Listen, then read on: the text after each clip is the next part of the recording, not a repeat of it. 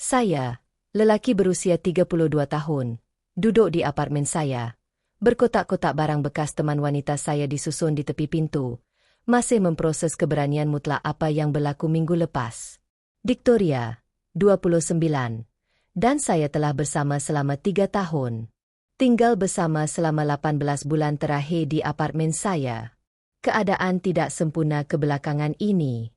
Dia bersikap jauh, sentiasa bermain telefonnya, keluar untuk malam-malam perempuan yang nampaknya berlaku 3 kali seminggu.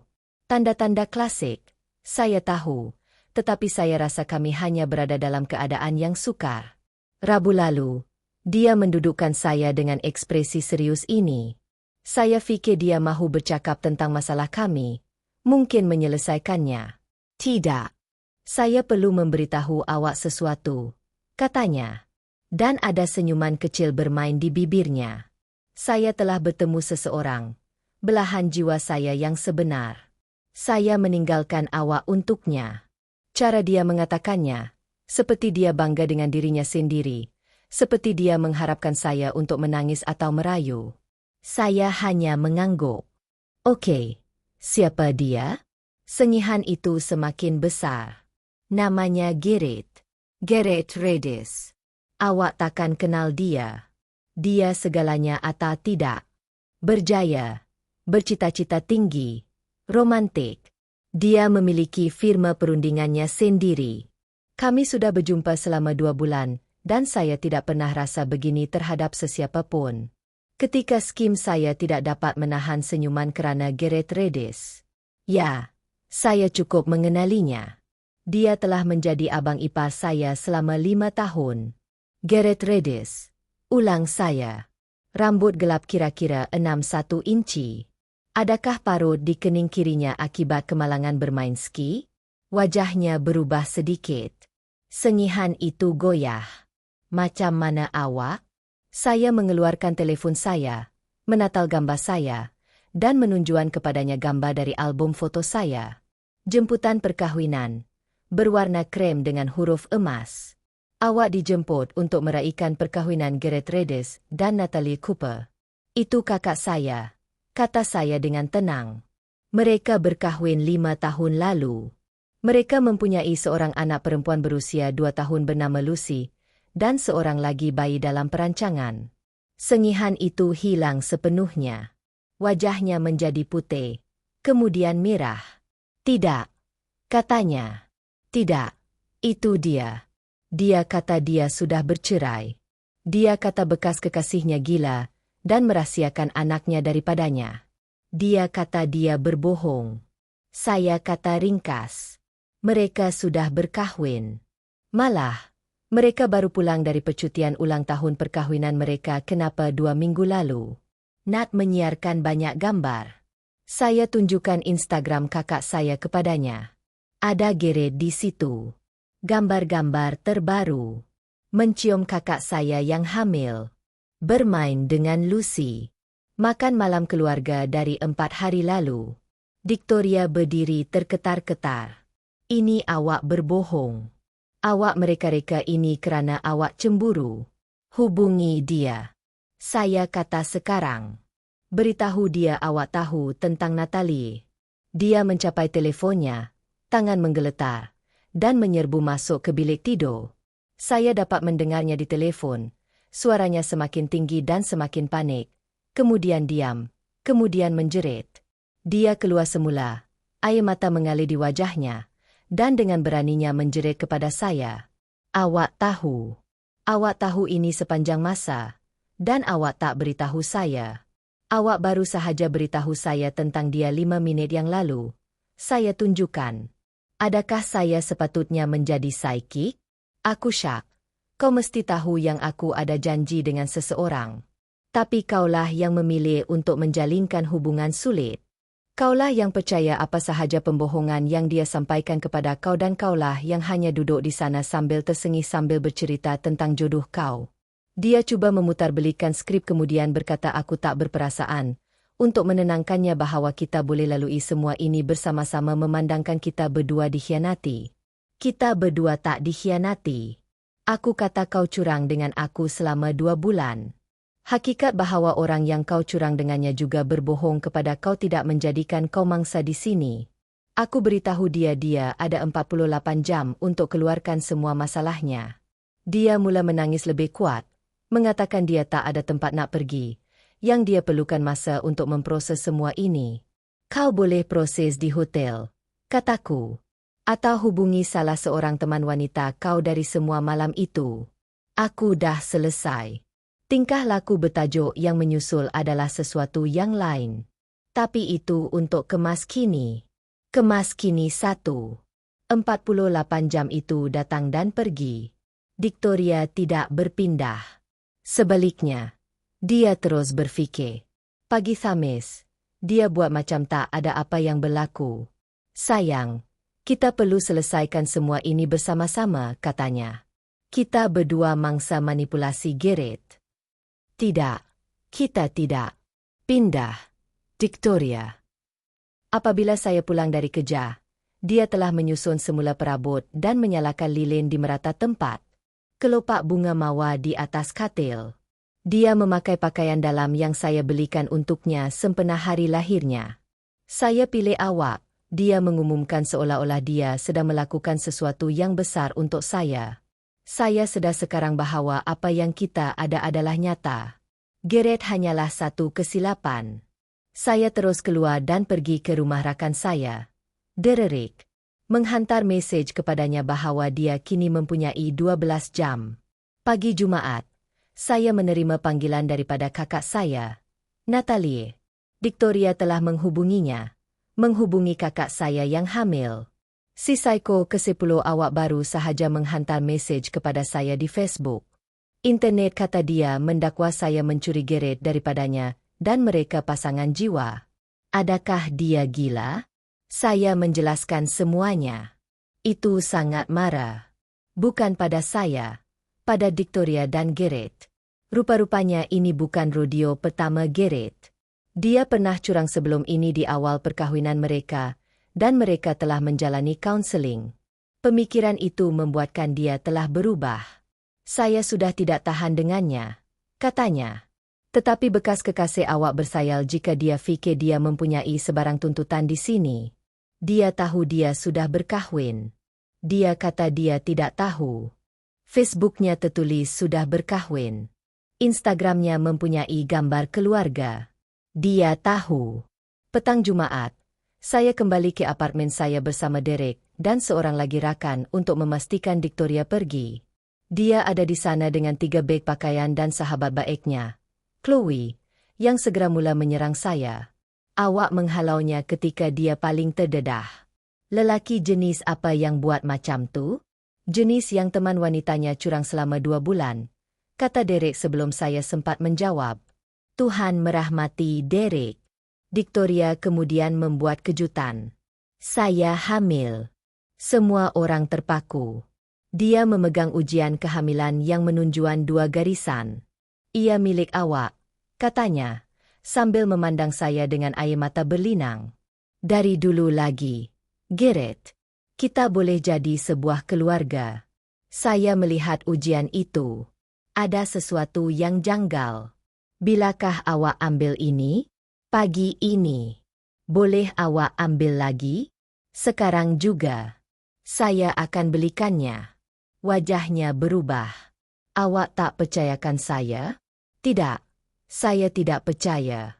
Chloe mula menjerit tentang kepercayaan dan rasa hormat. Victoria enggan mengambil ujian lain. Saya mengeluarkan telefon saya dan melakukan carian imej terbalik atas firasat. Foto ujian kehamilan yang sama muncul di forum kehamilan dari tahun 2019. Awak tangkap skrin ini dari internet, kata saya, menunjukkan telefon saya kepada semua orang. Diam. Victoria mengambil bagnya dan keluar dengan laju. Chloe mengekori di belakangnya, masih cuba mempertahankan maruah rakannya. Pagi Sabtu, Ibu Victoria, Sharon, menghubungi saya, bukan untuk meminta maaf atas kelakuan anak perempuannya. Oh tidak. Untuk menuntut saya membayar sewa 3 bulan Victoria, untuk pengusiran haram dan kerosakan emosi. Dia patah hati dan kehilangan tempat tinggal kerana awak. Sharon berkata, Lelaki sejati akan bertanggung jawab. Anak perempuan awak curang dengan saya, berbohong tentang kehamilannya, dan cuba memanipulasi saya. Dia tidak mendapat apa-apa. Dia memberi awak 3 tahun hidupnya, dan saya memberinya perumahan percuma selama 18 bulan. Kami lebih daripada itu. Sharon mengugut untuk mengambil tindakan undang-undang. Saya mengalu-alukan tindakan itu memandangkan saya mempunyai bukti teks Victoria yang mengakui hubungan sulit itu. Tetapi drama sebenar bermula pada hari Ahad apabila Victoria memutuskan untuk mendedahkan kisahnya kepada umum. Kemas kini kedua. Victoria mengamuk cuba mengawal naratif, tetapi bukan di media sosial seperti yang Anda jangkakan. Dia melakukan sesuatu yang lebih teruk. Dia muncul di rumah ibu bapa saya semasa makan malam Ahad. Ibu saya menghubungi saya dalam keadaan keliru. Victoria di sini menangis. Dia kata awak menghalaunya selepas dia diserang secara seksual. Saya memandu ke sana dengan segera. Terjumpa Victoria di rumah zaman kanak-kanak saya di sofa ibu bapa saya menceritakan beberapa cerita gila tentang bagaimana Gareth telah memaksanya, bahawa dia hampir diserang, dan bahawa saya telah meninggalkannya pada masa dia memerlukan. Ayah saya, semoga dia curiga. Jika awak diserang, mengapa awak tidak pergi ke polis? Kisah Victoria terus berubah. Mula-mula, Gareth memaksanya. Kemudian, dia memanipulasinya. Kemudian, dia berjanji untuk meninggalkan isterinya. Kemudian, isterinya tidak tahu dia sudah berkahwin. Saya menarik ibu bapa saya ke dapur dan menunjukkan kepada mereka teks yang dihantar Victoria kepada saya beberapa hari sebelumnya, termasuk kata-kata mutiara seperti, Gareth membuatkan saya rasa hidup dengan cara yang Anda tidak pernah boleh lakukan. Seksnya luar biasa. Dia sebenarnya tahu apa yang dia lakukan. Saya telah berpura-pura dengan awak selama bertahun-tahun. Ibu saya membacanya. Wajahnya semakin keras dengan setiap mesej. Dia berjalan kembali ke ruang tamu. Keluar dari rumah saya, katanya kepada Victoria. Sekarang, Victoria, cuba menangis lebih kuat, tetapi ibu saya tidak membenarkannya. Awak curang dengan anak saya, dan sekarang awak berbohong mengenainya. Pergi sebelum saya menghubungi polis. Isnin, saya menerima panggilan daripada pejabat pengurusan bangunan saya. Victoria telah menghubungi mereka mendakwa dia seorang penyewa haram yang diusir tanpa notis yang sewajarnya. Masalahnya ialah dia tidak pernah dalam pajakan dan telah secara jelas bersetuju secara bertulis bahawa saya menerima teks bahawa dia seorang tetamu, bukan penyewa. Pengurus bangunan mentertawakannya tetapi memberi amaran kepada saya untuk menukar kunci rumah saya. Hari Selasa adalah hari Gareth akhirnya muncul secara langsung. Dia muncul di apartemen saya. Kita perlu berbincang dengan lelaki itu. Dia berkata, tidak, kita tidak. Awak perlu bercakap dengan kakak saya tentang sebab awak mengarut lagi. Lihat, Victoria gila. Dia ugut nak beritahu bos saya pelanggan saya. Dia kata dia akan merosakkan saya kalau saya tak tinggalkan Natalie. Nampak macam masalah awak. Tak boleh ke awak kawal perempuan awak? Dia bukan perempuan saya. Dia masalah awak sekarang. Dia sebenarnya cuba berucode saya. Ayuh, kita keluarga. Bantu saya di sini.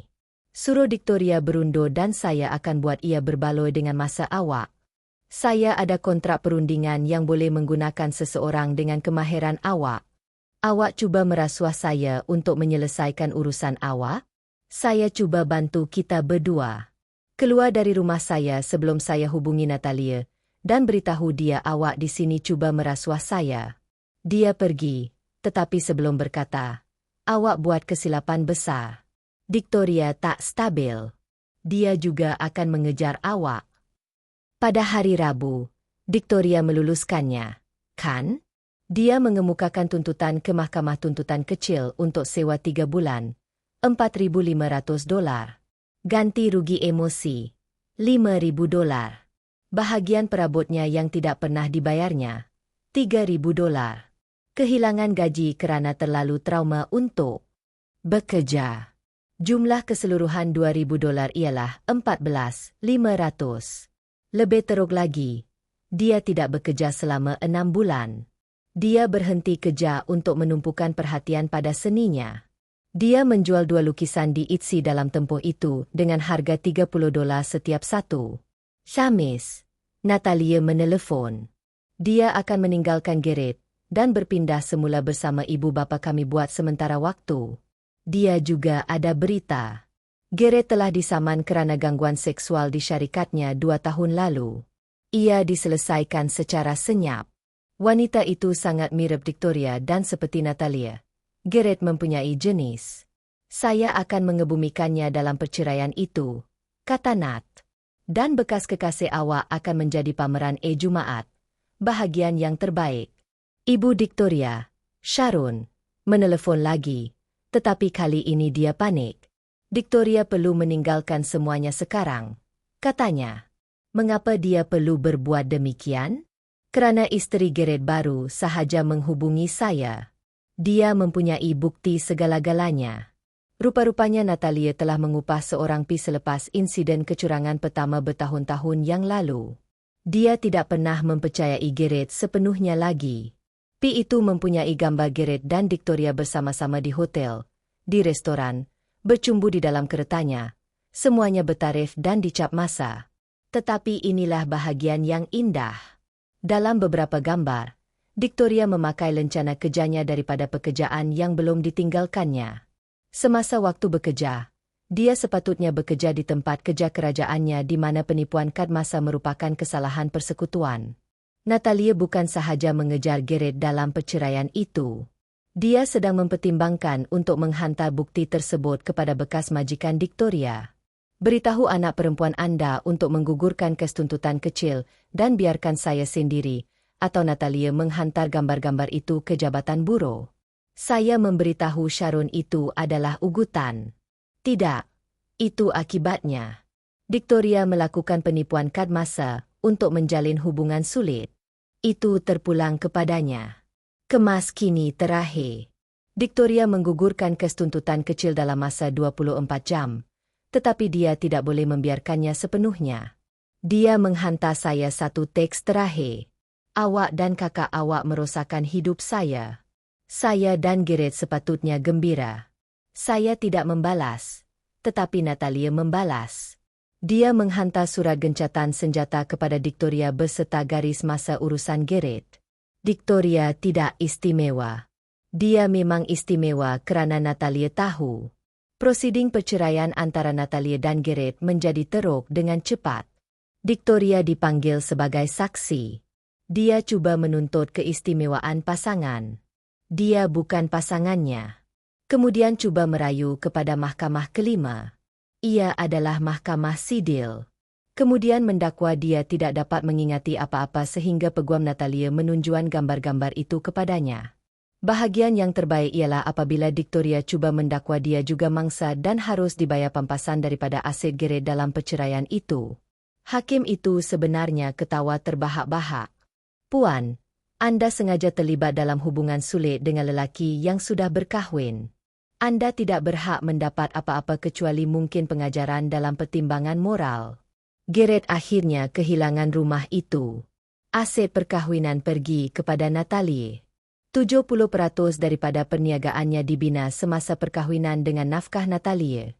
Membayar nafkah dan nafkah anak yang besar. Reputasinya, Natalia memastikan semua orang tahu mengapa mereka bercerai. Victoria akhirnya kehilangan tempat tinggal, berseronok di sofa dengan rakan-rakan yang semakin kecoa. Majikan lamanya yang tidak bekerja telah menyiasat penipuan kad masa tersebut. Bujang, Garrett menyekatnya dalam semua perkara sebaik sahaja perceraian difailkan. Dengan reputasi sebagai perosak rumah tangga, bandar kecil, melancong, dia berpindah semula bersama ibu bapanya di negeri lain. Terakhir saya dengar daripada rakan bersama, dia bekerja di pusat panggilan dan memberitahu sesiapa sahaja yang mendengar bahawa dia adalah mangsa konspirasi penderaan narsisistik antara saya dan kakak saya. Chloe sebenarnya menghubunginya untuk memohon maaf minggu lepas. Dia berkata Victoria juga telah berbohong kepadanya, mendakwa saya seorang yang kasar dan suka mengawal. Apabila dia melihat bukti sebenar semasa prosiding mahkamah, Dia pergi untuk menyokong Victoria. Dia menyedari rakannya itu bersayal. Dia masih fikir Gareth akan kembali untuknya. Chloe memberitahu saya. Dia berkata sebaik sahaja perceraiannya dimuktamadkan, mereka akan bersama. Gareth telah bertunang dengan orang baharu. Saya memberitahunya bahawa salah seorang pelanggannya mula berpacaran dengannya sebelum perceraian difailkan. Ya Tuhan, wanita malang. Natalia sudah memberi amaran kepadanya. Menghantarnya keseluruhan fail. Wanita itu masih tinggal bersamanya. Ada orang yang tak pernah belajar. Betul tu. Bagi saya pula, saya buat agak bagus. Dapat kenaikan pangkat di tempat kerja. Rupa-rupanya, tiada drama hubungan meningkatkan prestasi kerja. Mula berpacaran dengan orang baru, seseorang yang tidak menganggap berbohong dan curang sebagai satu sifat personaliti. Dan Natalia dan saya lebih rapat berbanding sebelum ini. Tiada apa yang adik-beradik Bond sukai untuk menjatuhkan bekas kekasih masing-masing yang toksik. Apartemen itu terasa berbeza sekarang. Lebih ringan. Saya menggantikan semua perabot yang didakwa Victoria sebahagiannya miliknya. Bukan. Dapat sofa baru yang tidak mempunyai kenangan. Malah mengecat semula dindingnya. Terjumpa sesuatu yang pelik minggu lepas. Victoria telah memberitahu orang ramai bahawa kami telah bertunang. Dia membelikan dirinya sebentuk cincin dan sebagainya. Memberitahu rakan sekejanya bahawa saya telah melamarnya. Seluruh kehidupan fantasinya dibina atas pembohongan. Dan apabila ia runtuh, dia tidak dapat menangani realiti. Sharon masih kadangkala menghantar mesej kepada saya, cuba membuat saya rasa bersalah untuk membantu Victoria. Nampaknya, Victoria yakin saya akan sedar dan menerimanya kembali.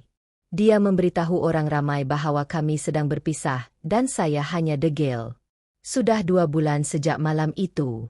Dia tersengih dan bercerita tentang jodohnya. Sengihan itu menghantui saya seketika. Haknya yang tulen, keyakinan bahawa dia sedang berdagang, andaian bahawa saya akan hancur. Sebaliknya, dia berlakon dengan hebatnya. Dan Gareth, dia akan berkahwin bulan depan dengan mangsa barunya. Natalia dan saya sedang bertaruh berapa lama ia akan bertahan. Saya berikan setahun. Maksudnya 6 bulan. Bahagian yang paling lucu, Victoria masih menyimpan gambar jemputan perkahwinan yang saya tunjukkan kepadanya di telefonnya. Chloe kata dia merenungnya kadang-kadang seperti dia cuba memikirkan di mana silapnya. Di mana silapnya ialah berfikir dia boleh tersengih di muka saya semasa mengumumkan hubungan sulitnya. Di mana silapnya ialah mempercayai pembohongan lelaki yang sudah berkahwin. Di mana silapnya ialah berfikir tindakan tidak membawa akibat.